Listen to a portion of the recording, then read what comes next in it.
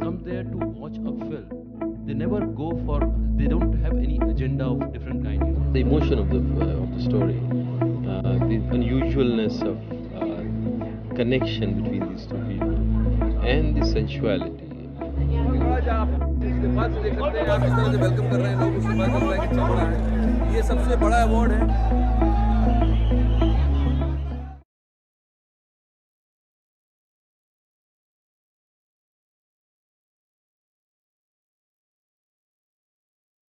The economic effects of the coronavirus pandemic are also being felt in many sectors of the global economy, aviation and oil in particular. And they're hitting the biggest players after already announcing it would cut aircraft production by a third and that the company was, quote, bleeding cash at an unprecedented speed. The plane-making giant Airbus has posted a first quarter loss of $500 million. The CEO is warning this is the gravest crisis the industry has ever known. Its rival Boeing already announced plans to cut as many as 7,000 jobs. The company's chief executive predicts global revenues could drop by over $300 billion this year in the industry, and it would take years to recover. And on top of all that, the UK's national carrier British Airways is set to cut up to 12,000 jobs, which is around a third of its workforce.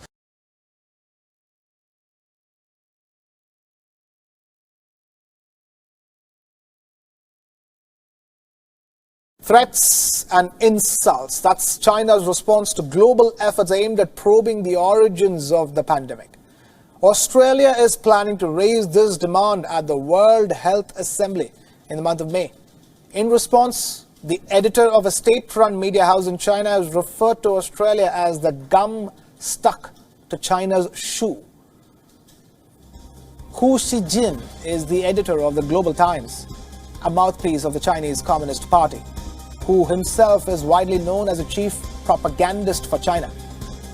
This is what he wrote on Weibo, China's Twitter-like social media platform, a couple of days ago. Australia is always there, making trouble. It is a bit like chewing gum stuck on the sole of China's shoes. Sometimes you have to find a stone to rub it off.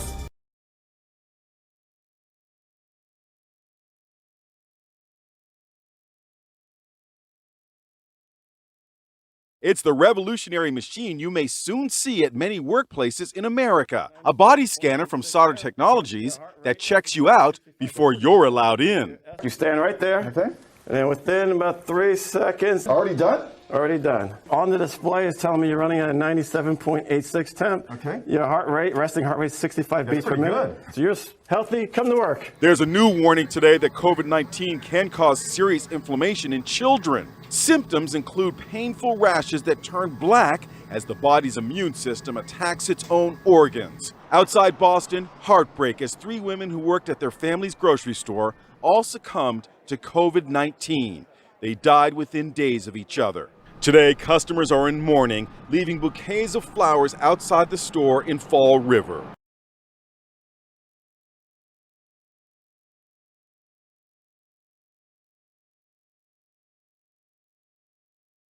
In Russia, President Vladimir Putin has warned that the country's coronavirus pandemic has not yet peaked. He announced that the current lockdown would be extended to May 11th, although restrictions may be eased after that. Russia has reported a significant increase in the number of cases, with an additional 6,400 infections in one day, bringing the nationwide total to almost 94,000. And the healthcare system is reaching its limits. This ambulance is rushing to St. Petersburg Pokrovsky Hospital. Many healthcare workers in Russia are doing their utmost to cope with the coronavirus epidemic. But they are reaching their limits. More and more medical workers are now testing positive themselves.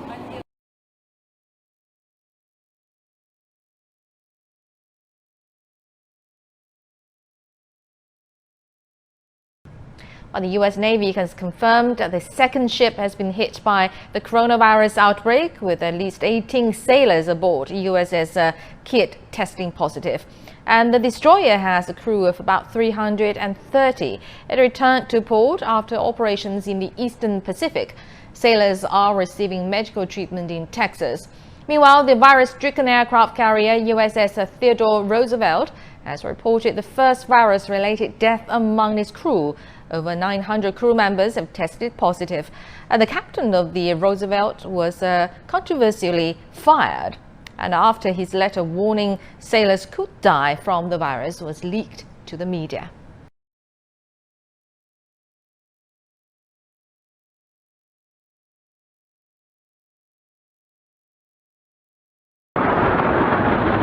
The pride of a nation that is America strong. Our Navy Blue Angels, our Air Force Thunderbirds. A joint flyover in salute to our doctors, nurses, medical staff who wake up every morning or in the middle of the night and head off to work to fight COVID-19. Families, friends, and furry friends line the Hudson River in Edgewater, New Jersey. Some with masks, others without, all doing their best to keep a safe distance while watching. We really wanted to see the Blue Angels. From Manhattan across the river to University Hospital in Newark, where a crowd gathered on the ground and the rooftop to witness their salute. Then across all 5 boroughs along the Belt Parkway, firefighters climbed atop Hook and Ladder 168 to watch.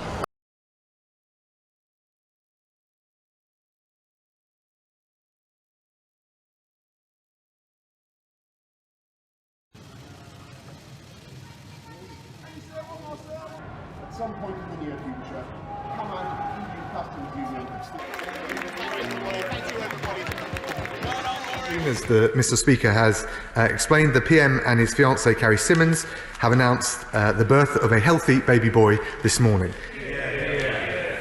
Both mother and baby are doing well, and I'm sure the whole house will want to join with me in sending congratulations and our very best wishes to them.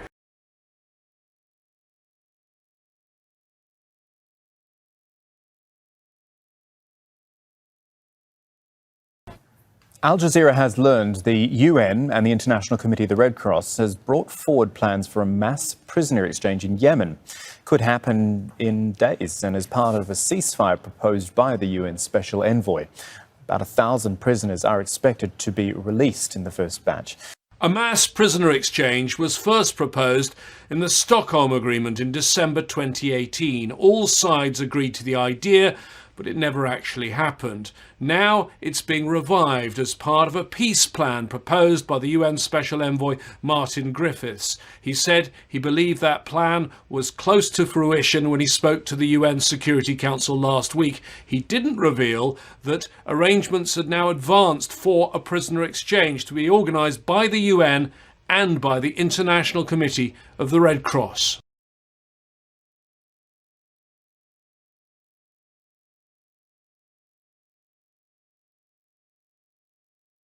This pug has COVID-19. His name is Winston, and he's believed to be the first dog in the USA to test positive for the virus.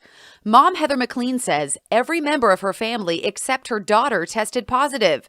To their surprise, so did their pet dog, Winston. He was very gaggy, and there was one day he didn't really want to eat his breakfast.